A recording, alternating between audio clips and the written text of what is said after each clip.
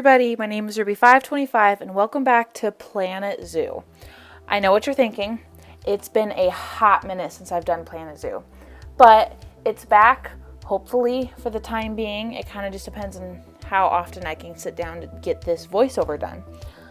So we have finished the tropical portion of our zoo and we're moving on now to grassland. So the first thing I wanted to put in was a Okapi enclosure. And today I'm going to attempt making my own shelter for the Okapi. It was definitely a struggle. And when I say struggle, I do mean struggle because I could not figure it out once again. And my Okapis kept breaking down the concrete barriers I was putting up. And it was the same problem I was having with another species, which I can't tell you what it is yet because we haven't gotten there. But I had to actually open a Steam discussion. And let me tell you, I had no idea there was so much you could do with barriers in Planet Zoo. So apparently you can turn barriers into windowed barriers, which I had no idea. Like, they never told me that in the tutorial, which I never finished because it broke halfway through. So I ended up doing that later, which you won't see me do here.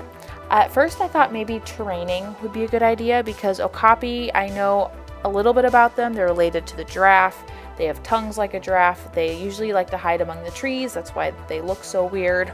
And so I thought maybe training and putting some trees in would look nice, and putting in a pond because I feel like everyone needs a pond. And usually I put in the path after or during while I'm building it, so I kind of know where I want the windows to be. And I always put the Okapis or the animals in as soon as the enclosure is like closed in so I can see what needs they have.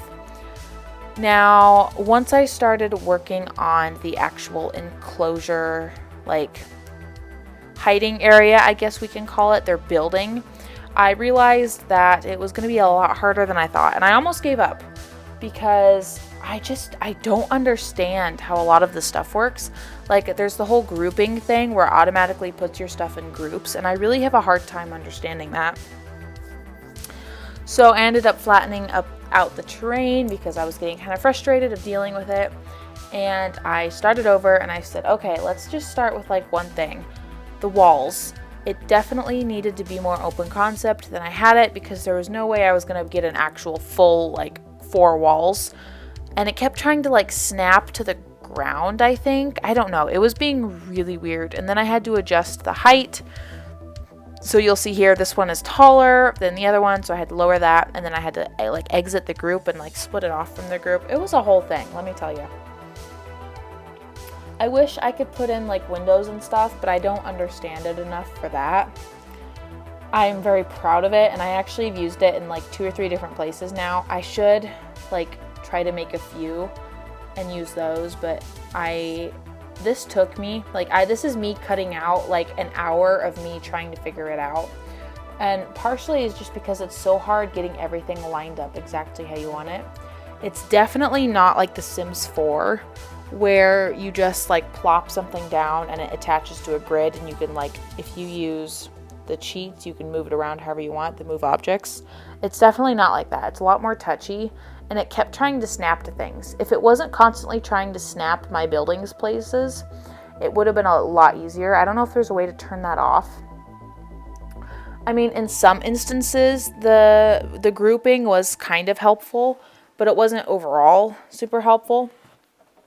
I didn't realize that research, like when you do franchises, the research transfers from franchise to franchise, because when I unlocked was it Meerkat, they'd already been researched in another one of my zoos, and so they were already researched mostly on this zoo.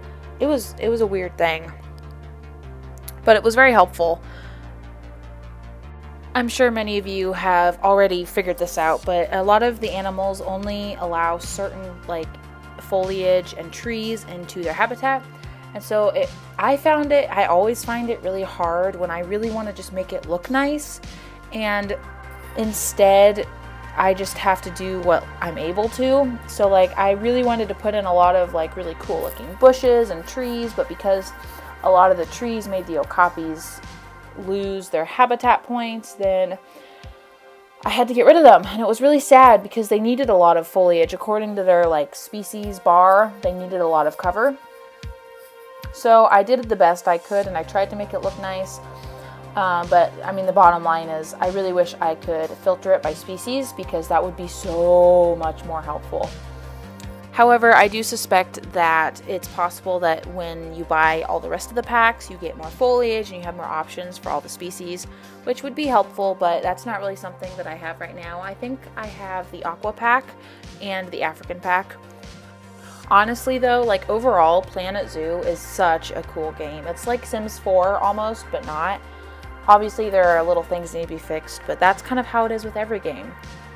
But yeah, this has been the Okapi quick build. I do not have names for our breeding pair, so if you guys have any suggestions, make sure to let me know in the comments down below. Let me know what you think, and next time we will be working on a multi-species habitat. Thank you so much for watching, and I'll see you all later. Bye!